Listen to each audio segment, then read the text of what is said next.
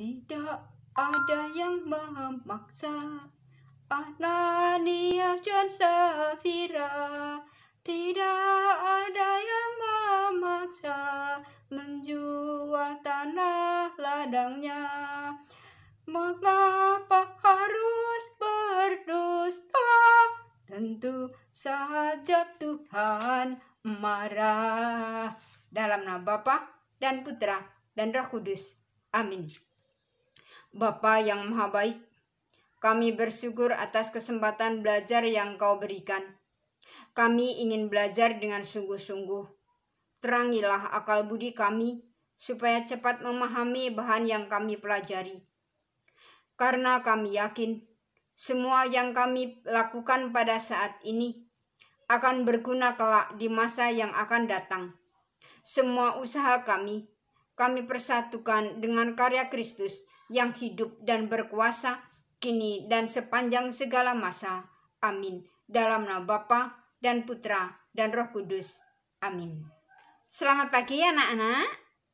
Pada hari ini kita akan belajar mengenai keadilan dan kejujuran. Dalam bukumu halaman 80 ditulis judulnya di situ, mengembangkan keadilan dan kejujuran.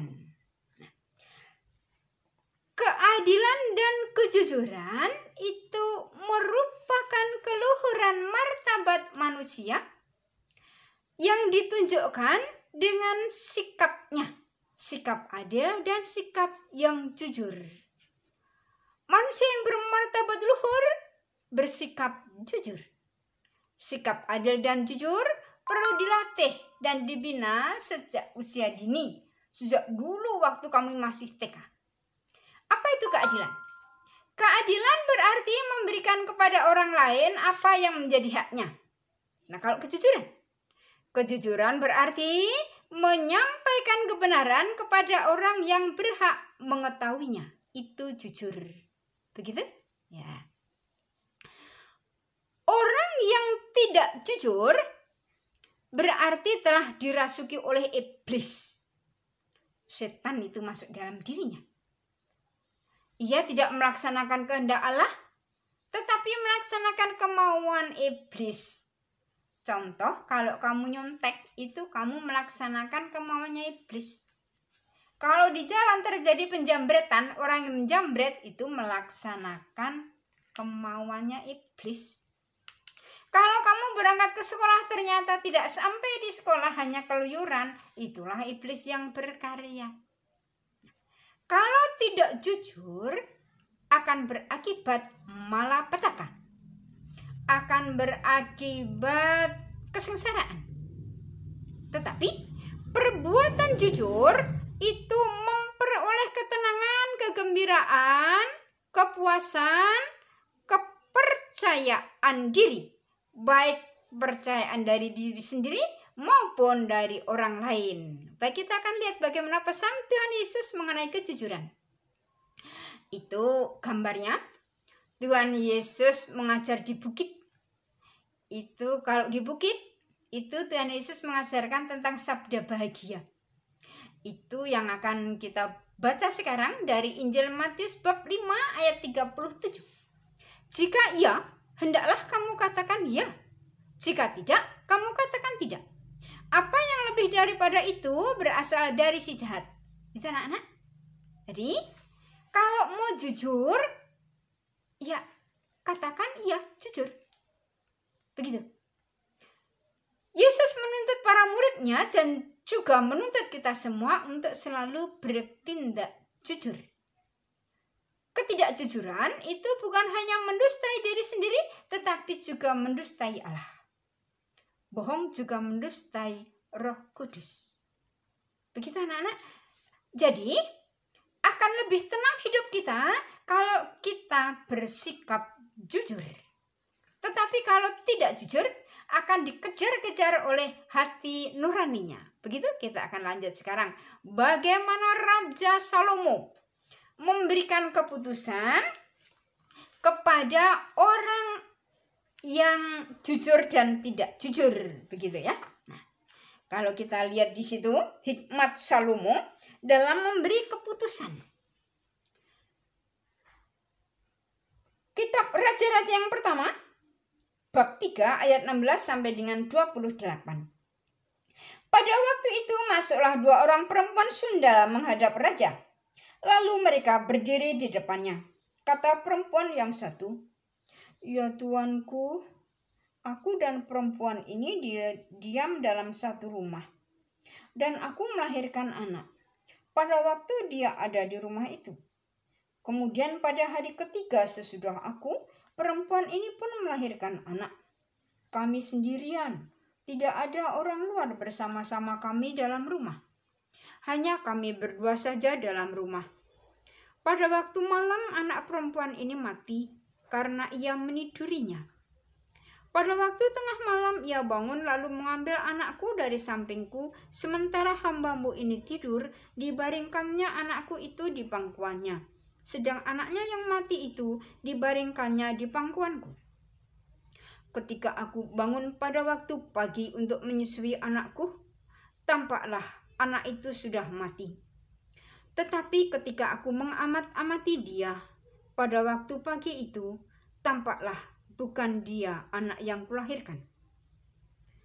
Kata perempuan yang lain itu, "Bukan, anakkulah yang hidup dan anakmulah yang mati." Tetapi perempuan yang pertama berkata pula, "Bukan, anakmulah yang mati dan anakkulah yang hidup." Begitulah mereka bertengkar di depan raja. Lalu berkatalah raja. Yang seorang berkata, "Anakkulah yang hidup ini dan anakmulah yang mati." Yang lain berkata, "Bukan, anakmulah yang mati dan anakkulah yang hidup." Sesudah itu raja berkata, "Ambilkan aku pedang." Lalu dibawalah pedang ke depan raja.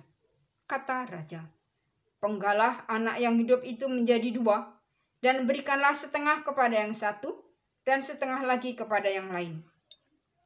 Maka kata perempuan yang empunya anak yang hidup itu kepada raja, sebab timbullah belas kasihannya terhadap anaknya itu, katanya, "Ya tuanku, berikanlah kepadanya bayi yang hidup itu. Jangan sekali-kali membunuh dia." Tetapi yang lain itu berkata, "Supaya jangan untukku ataupun untukmu, penggalah." Tetapi raja menjawab, katanya, "Berikanlah kepadanya bayi yang hidup itu. Jangan sekali-kali membunuh dia. Dia itulah ibunya." Ketika seluruh orang Israel mendengar keputusan hukum yang diberikan raja, maka takutlah mereka kepada raja. Sebab mereka melihat bahwa hikmat daripada Allah ada dalam hatinya untuk melakukan keadilan. Begitu anak-anak? Iya, ada 2 perempuan Sunda yang memperebutkan bayi. Itu gambarnya, ada bayi yang akan dibelah, yang masih hidup, dan ada bayi yang sudah mati. Seorang ibu yang sejati tidak akan mungkin merelakan anaknya mati. Jadi Raja Salomo itu dalam mengadili menggunakan ilmu psikologi, begitu ya kalau zaman sekarang ya. Sebab seorang ibu itu tidak mungkin merelakan anaknya mati. Nah, sekarang akan ketahuan ibu yang palsu itu pasti merelakan anak itu dibunuh karena bukan anaknya sendiri. Begitu. Ibu yang sejati tidak mau kalau anaknya mati. Hikmat Salomo ini adalah hikmat dari Allah. Kebijaksanaan yang dari Allah. Raja Salomo memberikan keadilan. Memberikan kebijaksanaan. Memberikan hak kepada orang yang berhak menerimanya. Seorang ibu yang sejati itu tadi dia mengatakan, "Ya tuanku, berikanlah kepadanya bayi yang hidup itu. Jangan sekali-kali membunuh dia." Ini dia melepaskan, merelakan haknya untuk orang lain. Itulah keutamaan. Karena keutamaan itu dia mendapatkan haknya, dia mendapatkan bayinya. Itu tugas kita anak-anak, berbuat adil. Nah, berikut tadi lagunya, lagu awal itu ibu menyanyikan tentang Ananias dan Safira. Rasul Santo Petrus itu dibohongi oleh Ananias dan Safira. Ini di sini nampak gambar di situ. Ananias dan Safira nampaknya menghitung-hitung uang begitu ya. Kemudian kalau kita lihat di sini dari Kisah Para Rasul bab 5 ayat 1 sampai dengan 11. Ada seorang lain yang bernama Ananias. Ia beserta istrinya Safira menjual sebidang tanah. Dengan setahu istrinya, ia menahan sebagian dari hasil penjualan itu dan sebagian lain dibawa dan diletakkannya di depan kaki rasul-rasul. Tetapi Petrus berkata, Ananias, mengapa hatimu dikuasai iblis, sehingga engkau mendustai Roh Kudus dan menahan sebagian dari hasil penjualan tanah itu? Selama tanah itu tidak dijual, bukankah itu tetap kepunyaanmu? Dan setelah dijual, bukankah hasilnya tetap ada dalam kuasamu? Mengapa engkau merencanakan perbuatan itu dalam hatimu? Engkau bukan mendustai manusia, tetapi mendustai Allah. Nah, itu anak-anak, bohong itu juga mendustai Allah, mendustai Roh Kudus. Ayat 5. Ketika mendengar perkataan itu, rebahlah Ananias dan putuslah nyawanya. Itu dia rebah, dia langsung jatuh di tanah, langsung mati akibat berdosa. Begitu. Nah, berikutnya sekarang. Akibat perbuatan dusta yang dilakukan oleh Ananias dan Safira. Itu sudah dikubur itu Ananias dan Safira. Gambarnya ada kuburannya kayak begitu. Ketika mendengar perkataan itu, rebahlah Ananias dan putuslah nyawanya. Terus ayat 6 kita akan lihat. Lalu datanglah beberapa orang muda, mereka mengapani mayat itu, mengusungnya keluar dan pergi menguburnya. Kira-kira 3 jam kemudian masuklah istri Ananias, tetapi ia tidak tahu apa yang telah terjadi. Kata Petrus kepadanya, katakanlah kepadaku, dengan harga sekianlah tanah itu kamu jual? Jawab perempuan itu, betul sekian. Kata Petrus, mengapa kamu berdua bersepakat untuk mencobai roh Tuhan? Lihatlah, orang-orang yang baru mengubur suamimu berdiri di depan pintu, dan mereka akan mengusung engkau juga keluar. Lalu rebahlah perempuan itu seketika itu juga di depan kaki Petrus dan putuslah nyawanya. Ketika orang-orang muda itu masuk, mereka mendapati dia sudah mati. Lalu mereka mengusungnya keluar dan menguburnya di samping suaminya. Maka sangat ketakutanlah seluruh jemaat dan semua orang yang mendengar hal itu. Begitu anak-anak. Jadi sekarang anak-anak mau pilih yang mana? Mau jujur atau mau berdusta? Kalau jujur, hidupnya itu mujur. Tetapi kalau berdusta, bohong, itu dosa. Dan upah dosa adalah maut. Itu kata Rasul Santo Paulus yang ditulis dalam suratnya kepada jemaat di Roma bab 6 ayat 23. Baik, berikut anak-anak tugasmu. Kamu mengarang doa, menyusun doa, membuat doa untuk mereka-mereka yang memperjuangkan keadilan dan kebenaran. Isi doanya pujian boleh, syukur boleh, doa permohonan boleh, begitu. Misalnya pujian, Tuhan Yesus, terpujilah Engkau yang maha adil. Engkau sangat adil. Memberikan teladan kepada kami, Raja Salomo. Buatlah kami dapat meladan mereka.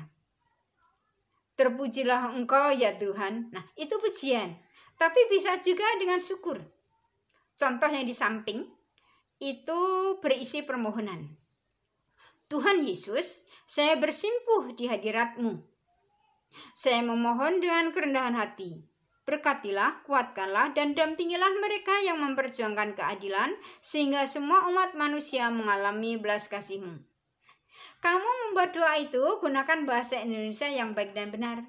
Begitu. Terus, doanya itu ditulis dengan tulisan yang sangat bagus. Dihias-hias. Itu untuk tugas keterampilan. Kalau tulisanmu jelek, kemudian